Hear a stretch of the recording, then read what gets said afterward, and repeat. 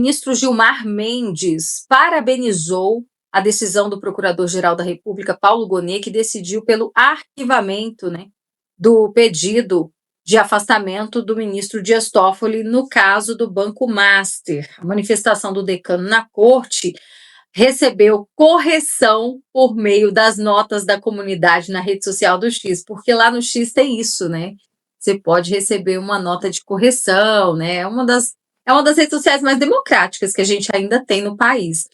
E aí foi muito engraçada essa situação. Agora, nessa publicação, o magistrado afirma o seguinte, que a resolução evidencia o funcionamento regular das instituições da República. E é justamente aí nessa frase, Gabriel, que ele acaba recebendo notas de correções ali de usuários também da plataforma do X, que evidenciam que, na verdade, não existe uma regulamentação, aliás, uma regularidade no funcionamento das instituições, né? Na verdade, é o contrário, nós não temos isso. Então, queria te ouvir, porque vai muito de encontro com o que nossa audiência está dizendo aqui no chat sobre ninguém soltar a mão de ninguém, né? O Dias Toffoli parabenizando algo que, na verdade, pode ser considerado até uma prevaricação por parte do Paulo Gonet, afinal, motivos sobrados, não para poder investigar aí o Dias Toffoli depois de tantos escândalos, tantas denúncias feitas durante essa semana. Exatamente, Berenice. E aqui eu quero pontuar duas principais questões que me deixam assim completamente desapontado e, mais uma vez, com vergonha da atual governança do STF. Primeiro, o PGR tem o dever de investigar, dever de analisar todas essas questões, e seria fundamental ali que o Paulo Gonet esticasse um pouco mais essas investigações, analisasse melhor os comportamentos, analisasse melhor movimentações bancárias estranhas, analisasse melhor cotas de outras empresas, de empreendimentos. Isso por si só já é algo que não só daria capacidade de investigar, mas de processar e eventualmente condenar. Então, algum tipo de punição, nem que fosse mínima, obrigatoriamente deveria acontecer. Quem é da mídia, quem acompanha as notícias já sabe que existem essas provas. Agora, o principal acusador pegar e falar que tem que ser arquivado porque não tem nada, não faz sentido nenhum. Ele está também, como outros ministros do STF, passando pano, fingindo que nada está acontecendo. Ele não está cumprindo o seu papel de procurador. Ele tem a obrigação de fazer isso. Ele tem a obrigação de investigar direito, não passar pano e punir quem tiver que punir. Não é algo que ele pode ou não fazer, é a obrigação dele. Ele está lá para isso. Ele chegou nesse alto cargo para isso. Infelizmente, ele prefere ter ali um prazer político, estar bem com os ministros, não ofender ninguém, do que cumprir com o seu papel. Minimamente, ele deveria fazer isso. Agora, o ministro Gilmar Mendes manifestar publicamente que se contentou com essa decisão, com esse arquivamento, isso é ridículo. O ministro do STF, ele não pode ser um ser político desse que fica se manifestando publicamente sobre uma decisão dessa.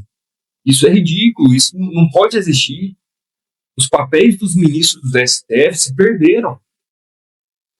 A gente não vê mais juízes julgando como deve ser. A gente vê pessoas ali agindo 100% do seu tempo como pessoas políticas, como figuras políticas.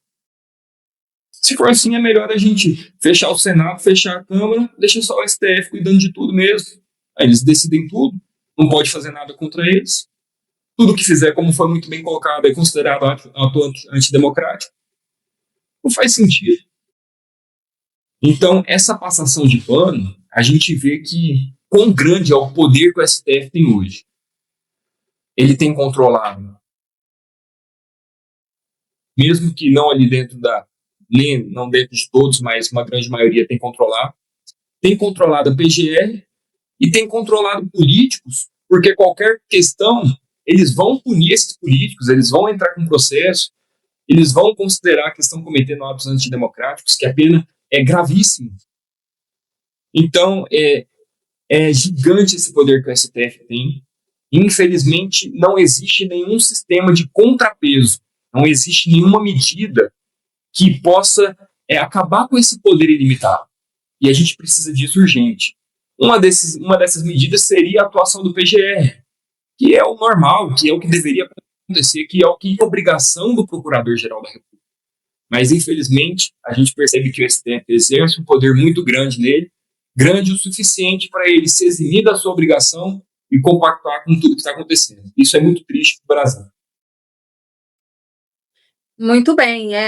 Bom, e ainda trazendo mais informações, Ali, quero te ouvir também sobre esse assunto, porque o pedido rejeitado pelo Paulo Gonet, Procurador-Geral da República, esse pedido foi encaminhado por parlamentares, né, no Congresso Nacional e foi baseado justamente naquela viagem que o ministro Dias Toffoli fez numa mesma aeronave, onde ele e um dos advogados do Banco Master embarcaram para poder assistir a final da Libertadores, né? Mas segundo o Dias Toffoli, eles não conversaram sobre esses assuntos, tá? Falaram só sobre futebol mesmo.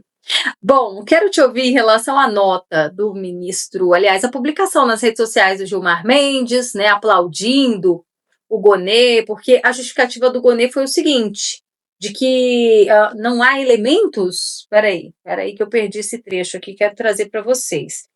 Ele disse que não havia nenhuma providência a ser adotada, né, que ele não via necessidade de interferência, de afastamento, e que essa representação já é objeto de apuração perante ao próprio STF.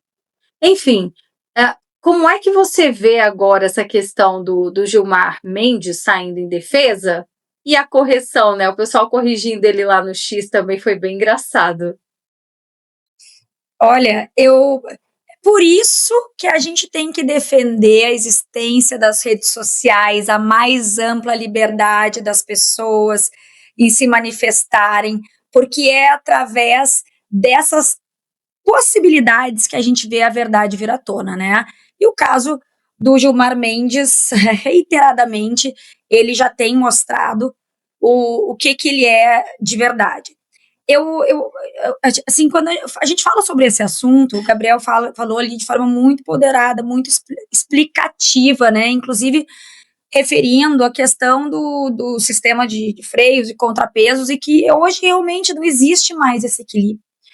E as pessoas, um dos grandes problemas do Brasil é que é muito pouca gente que tem acesso a essas informações e que entende o papel de cada um dos poderes, né? Aliás, que sabe que tem 3 poderes no Brasil e que um deles é o judiciário e que ele não pode ser comandado pelos outros poderes e que ele também não pode comandar os outros poderes.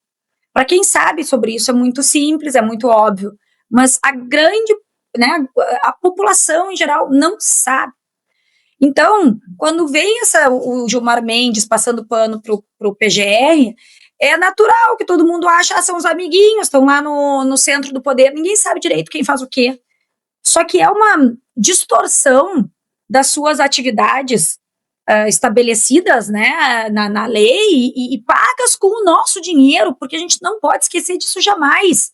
Eles são nossos funcionários, sim. Eles nos devem conta, sim. Então, o Gilmar Mendes é pago, todas as regalias dele são pagas com o nosso dinheiro.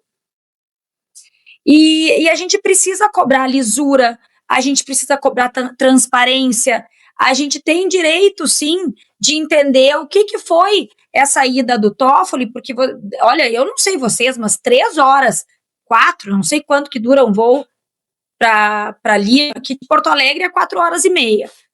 É impossível que ele não tenha trocado uma ideiazinha, assim, sobre o caso Master com o diretor de compliance da empresa.